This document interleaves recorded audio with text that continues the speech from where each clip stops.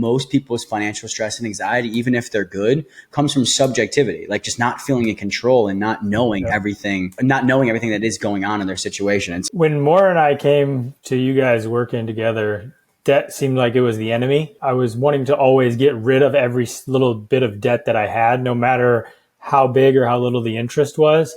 And through working with us, I shifted my perspective on essentially good debt and bad debt and what's actually helping me and what's actually hurting me. There's worse things than we can do than just trying to pay off all of our debt, right?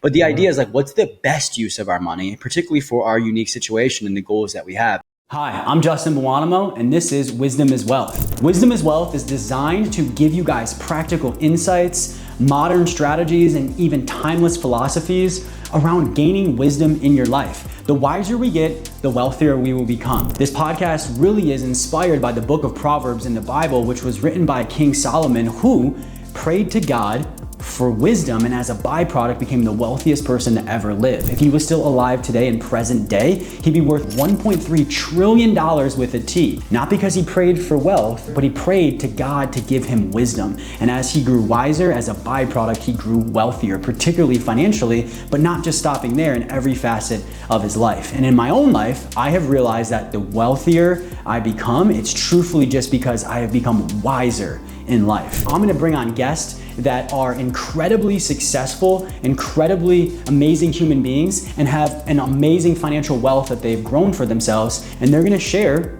wisdom on their life experience in totality in hopes that something becomes valuable for you to implement in your process, in your life, and in your journey, and see how wisdom truthfully is wealth. Hello, everyone. I'm super excited for this interview. I've got someone here who has just been one of our favorite clients over his time with us because he just shows up and plays his freaking part. And it's just so awesome when you can work with clients like that, especially with a done with you service. And so before we hop into that, right, I've got my buddy and client, but we're definitely boys. We're so like-minded in so many different ways. And he's just such a good human being and a great steward of his money. And it's a big reason why I have him here today. So I've got my client here, Pat Smith. Pat, thank you for being here today, brother. And before we hop in, do you mind just briefly describing who you are and what you do? Sure. Appreciate you having me on here. Of course, man. My name's Pat Smith. I live in Charlotte, North Carolina. I'm originally from Indiana. My girlfriend and I, Maura, moved here back in 2021. I'm a full-time men's high performance coach. So I focus primarily on mental performance and emotional resilience for men in the workplace. And I met Justin through a mutual coach of ours. Yep. And the rest is history. Yes, sir. And he's a high performance coach because he is a high performer, man. And he has just showed up, day in and day out with the work that he's done with us. And so I can only imagine the experience that his clients get. But before we get there, man, like, can you share with us a little bit about how your financial stress has turned into financial peace as a result of going through the Good Steward program? Sure. I think the first thing that comes to mind is just getting a better picture on where exactly we were at when we first started. For the longest time, it was just knowing that we were good, but not really understanding where we were at. Yeah. And that almost, for lack of a better word, ignorance or just being oblivious to it created a bit of stress because there wasn't actually too much control or too much focus around it. Whereas once we started to put some eyes on it and get to better understand it, it alleviated a lot of pressure. And fortunately for us, we were never in a spot where we were tight for money, let's say, but it did realize how much more money that we had. And that alone brought a lot of peace to where we were at in our situation. Dude, that's so good. I wrote down some of that you said because I'm going to use it. You're like, you knew that you were good, but didn't know where you were at. Like, what a brilliant quote right there, right? And I think there's so many people out there that are actually, walking around probably that can relate to that. Like, I'm fine, but at the same point, I'm walking around with some stress because I know I can be doing better. And I know that there's some things that obviously I can grow into, right? And I'd say all the time, most people's financial stress and anxiety, even if they're good, comes from subjectivity, like just not feeling in control and not knowing everything not knowing everything that is going on in their situation. And so just so beautiful. We knew we were good, but just didn't know where we were at. And so I love that breakdown. And so would you mind, because you are a mindset coach, so I know you're always talking mindset, dude, and you have a beautiful mindset in your, even if you don't fully believe in something at the time, you're always so open-minded to it. And so can you describe how your mindset around debt has changed since working with us? When Maura and I came to you guys working together, debt seemed like it was the enemy. And so I was wanting to always get rid of every little bit of debt that I had, no matter how big or how little the interest was. And through working with us, I shifted my perspective on essentially good debt and bad debt and what's actually helping me and what's actually hurting me. And as a result, it was allowed for me to take the money that I would normally put towards all types of debt and actually put it into areas that were going to help us grow. In particular, for us to build up the reserves for us when we put the down payment on the house. Yeah. And then also, in addition to that, being able to then leverage that for my own business and being okay with getting into quote unquote debt for my business, which is really just getting funding to then elevate it and fast forward it, opposed to me struggling and not being able to complete and upgrade some of the projects that I wanted to and wait till certain revenue came in. So Sure. leveraging it versus keeping it was the enemy was the biggest difference for us, especially as it comes into debt. And, we had a call yesterday with Sarah and we talked a little bit through that on how we can continue to leverage it in a way that helps us in using everyone else's money and leveraging it for our own good. And I think that was the biggest difference maker for us. So good. You might mess around and get hired as a coach at JFF at this point, dude. But I think what you said in the beginning, though, like there's worse things than we can do than just trying to pay off all of our debt, right? But the idea is like, what's the best use of our money, particularly for our unique situation and the goals that we have? And you guys did a beautiful job of really deciphering that and deciding based off of, I think, those teachings.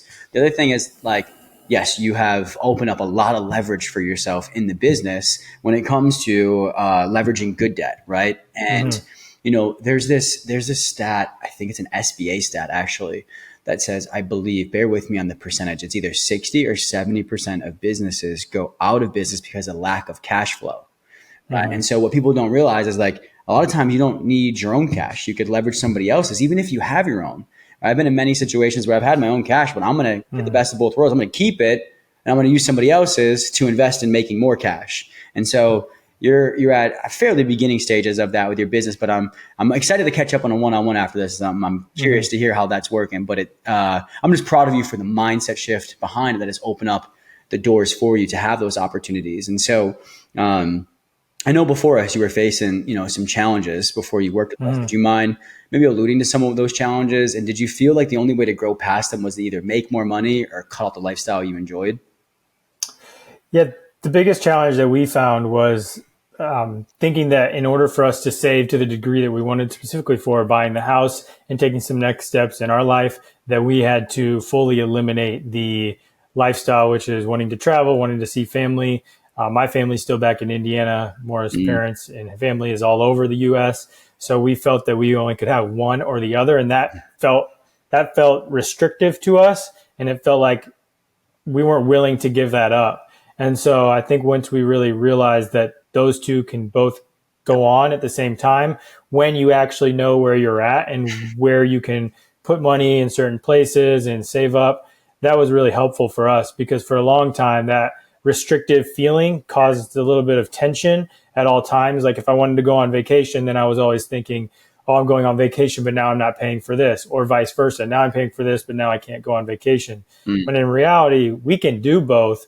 It just was a little bit of a mindset shift and getting a little bit more granular on exactly where we were at in the process and where all of our money was going, and to see where we could not be restrictive, but just be more aware of where it was all going. Yeah. And that felt a lot more calming than trying to budget every single dollar and, like I've done in the past, utilizing rocket money or whatever, which is great, it fits in, but then I don't really understand where it's all going. Yeah. And so for us, that was like a huge shift from going from that challenge state of feeling like we had to choose one or the other to being able to live out both, while also still hitting a good amount of goals, in my opinion. Music to my ears, dude. You shifted from an or life to an and life.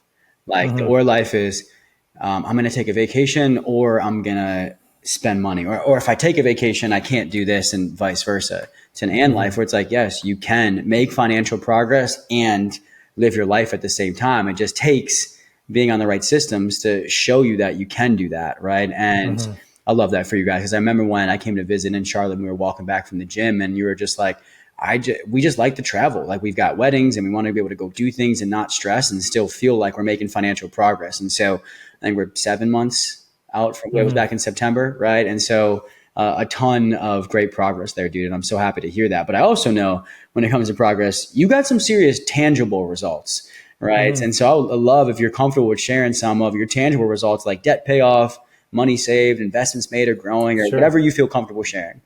Yeah, no, for sure. The first and foremost, was we were able to buy a home here in Charlotte, which was huge. Being able to leverage some of the money that we saved, and also because we were conscious of the way we utilized and paid down our bad debt and still weren't too worried on some of the other debts, we had good enough credit to be able to get in at some really good rates. So that was like huge to be able to get in at 5.8%, which was relatively low for where we're at right now, at least this time of our current history. Dude, that's crazy. By the way, that's a great rate. Good for you. Right. I didn't know that detail. Awesome. Yeah. So that was a huge relief for us. And of course, our long-term goal with our current home is to be here for a few years till we start a family, and then keep this as an investment property later down the line. We're in a really good area where Charlotte, like, it's just in the area where, Charlotte's getting to start to build out to us. We're not too far from there, so give it another 1 or 2 years. Outside of that, that's great. Paid off about $15,000 to $16,000 in credit card debt to eliminate a couple of different cards there. I was able to. What else did we do?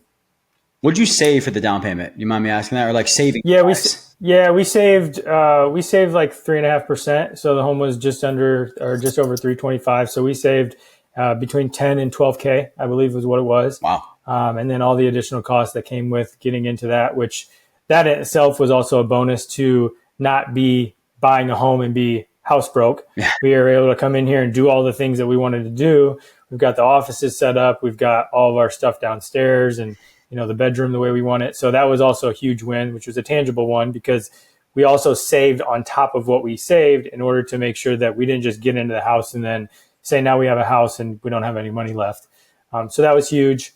Again, paying down about $15,000 in credit card debt. And then the other thing for me was specifically utilizing and getting some funding in for my business in order to leverage that so that I can continue to help some of the systems in my business generate more revenue where I'm at. And as a result, I would say I'm relatively on track to do 50% more in my business than I did last year. And again, that was because I was conscious of how to leverage the debt that I could use to get me to fast forward to some of these different growth goals. Dude, that's so good. That's so good. So much spoken like a true good steward, dude. And it's crazy. Everyone's situation is a little bit different, right? And what they have access to, income wise, but it's just like, the past 7 months was going to pass either way. Right. It was your decision on how you wanted to utilize it. Right. Yeah. And you did something that now your future self is very grateful for, dude. And it's super inspiring just hearing those. And the biggest reason is because you play your part, right? Like, I could teach all day. We could give you all the resources that we have. Right. But like, our services are a done with you service. Right. And so with that, can you describe the time commitment required from your end during our collaboration, and kind of like what responsibilities did you have and what did we take care of? Sure. To be quite honest, the overall time responsibility wasn't all that much. The initial I would say, was the most, which was just setting up the budget and setting up the balance sheet to see and put eyes on where we were at, which really to me was the most valuable, because if I was not doing that, then I was ignoring it. And if I was ignoring it, I'm actually prolonging it, which obviously we've talked about quite a bit in some of the lessons. So the initial setup was, I would say, the most time intensive, but then after that, it's relatively easy because we would have, our weekly lessons, we'd have the weekly Tuesday call.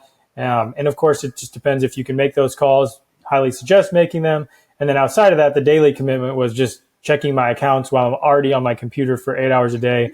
Just take 5 minutes before I even get on, double check where I'm at, double check what came through, what went out, verify that, move on. Yeah. And then there was a little bit of recalibration that we did on our own every week, which was around Sundays. We'd have like a Sunday meeting just to double check, where are you at? Where am I at? What are some upcoming things that we need to be conscious of?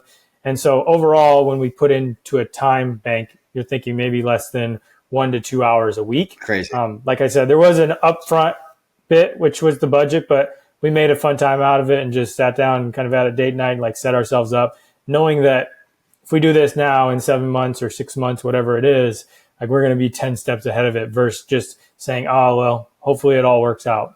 Exactly. So that was it. And then of course, all the calls were very helpful in getting the knowledge from you and then getting the accountability from Sarah for us. Yeah, man, that's so awesome. And yeah, it's the upfront investment, is a little bit of time, but like I tell people, it's like you put that upfront investment, to pull the budget in, a couple of hours of work, right? And then you have literally a beautiful budget that allows for a lot of the things, if not everything, that Pat talked about here today for the rest of your life, for maybe maintenance of 1 to 3 minutes a day. Like Pat said, 5 minutes, and let's just say 5 minutes. And like he said, right, like you and I do the same thing. It sounds like that's once I'm done with my morning and I transition into my work day, it's like, all right, I'm sitting at my computer. I'm about to start working, but I'm just going to update the budget for the 5 minutes and then just hop into it. And it's time that we have 1 to 2 hours a week, right, is nothing, especially for something that is so impactful, something that, leaks into every other facet of your life, right? And no matter how busy you are, you have an hour to 2 a week. I promise you that you're probably spending that scrolling. You know what I mean? Me So too. just being able to reallocate it, and so I'm proud of you for that, dude. And so, I know you and I spoke a ton before and we knew each other fairly well and we had some good conversations before you joined, but what surprised you about our services or maybe JFF the most when you joined? One, the ease of getting everything streamlined. Like when we got onboarded, that was really easy. All the steps were super simple. And then that was one of the things that was, I would say, the most helpful. And then being able to get the communication back and forth whenever we need it. Yeah. So that was one thing that was, like, of course, invaluable. And then outside of that, utilizing the platform to go back to whether it was a call recording or whether we wanted to watch through the modules or we needed questions, that we had that as well. And then just some of the basic systems, like we've budgeted before. And if you would have seen our Excel spreadsheet before, it was helpful, but not to the degree that it made it as simple. Before it was like track every single spend line item, which we still do to some degree, but we didn't break it into categories, so it got confusing. So the simplification of just some of the budgets, and they're like, oh, I understand Excel. That makes a lot of sense, and it makes it a lot easier. So the simplification of having those pieces made it that much easier just to follow through on, because it wasn't like a bunch of extra tech that we don't already use, that we don't use. It was just something normal, something easy for us to input, and that made it really easy to go through. Dude, I love that, because I think when I first got started, I used to tell people all the time, like when I was first learning about money and really diving in, I'm like, yo, finances really isn't that hard, right? It's really not that hard. It's actually fairly simple. You just have to be taught by the right person with the right intentions in mind, with the right systems and strategies. And so I love that, man. And there is a good degree of balance of accessibility in the program, right? Like we do try to make things very simple and easy, but then you do have like years and years of recordings that go back and watch on your own time, and kind of binge a little bit like Netflix. And I remember when you first joined, it was like your second day in the program. And I was in Destin sitting by the pool on family vacation. You're like, bro, I already watched like 2 or 3 recordings and I already feel like I got my money's worth. I'm already learning a bunch. And the smile on my face was huge, dude. And so I'm proud of you for utilizing even those more passive things. And so you dove in and you crushed it. And like, dude, you're one of our biggest client success stories. And again, because you really, really play your part and you trust the process. But I know in the beginning, though, it took a little while for us to get you there. You were on the fence for a little bit. And so if someone's on the fence about working with us and they're listening right now, what would you tell them? Well, I'd just tell them, consider where you would be at if you don't do anything about it in 6 months, and where you will be if you actually take charge and have support in your back pocket who's already done this with some time-tested systems. Yeah. Like that alone is going to give you the answer that you need. And I always ask this for my clients myself, is what makes you think you're going to get somewhere much greater by yourself in 6 months if you haven't quite got there yourself? And so it's not a bad thing. It's just, we all need support in many different ways, myself included, in many ways. And, I think that's the biggest thing. If you're there and you're unsure, just know that they're here to help you move forward. They're not here to they'll help you grow your money, to learn how to live with the and lifestyle, not just having to choose one or the other. Yeah. And the actual things that they give you in terms of things that we were taught specifically around, hey, you don't always have to use just one method, right? If I want to save for our home, pay off debt, and create an emergency fund, that is possible. And here are the steps in doing so.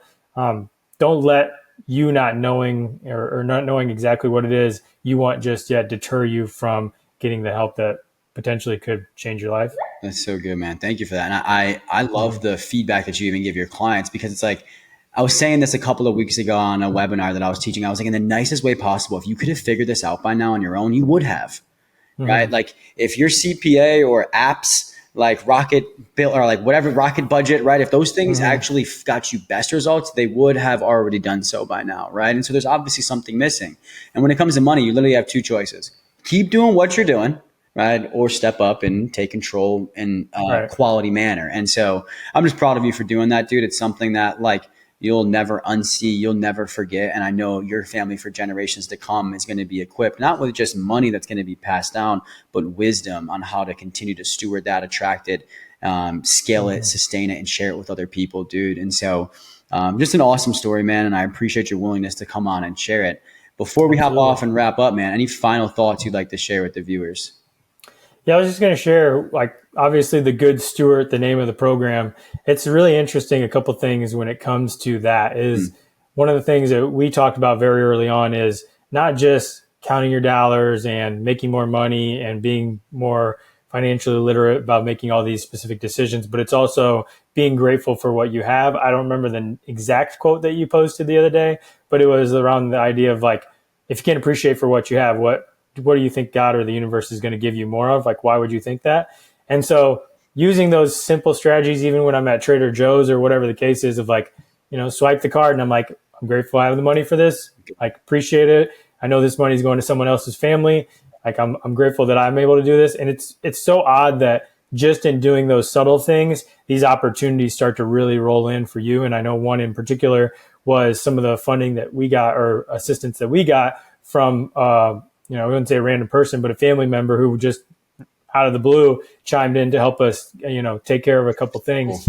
And it was just a reminder, like when you are actually a good steward of your own money, like the universe, God, whatever we believe in, recognizes that and is going to gift you that. And it might not happen in the way that you think it may, but it will happen. And just being able to trust that. And so that was definitely a big takeaway. That's like it's not really a tangible thing that you can tie to, but it's just knowing that type of energy you have around money.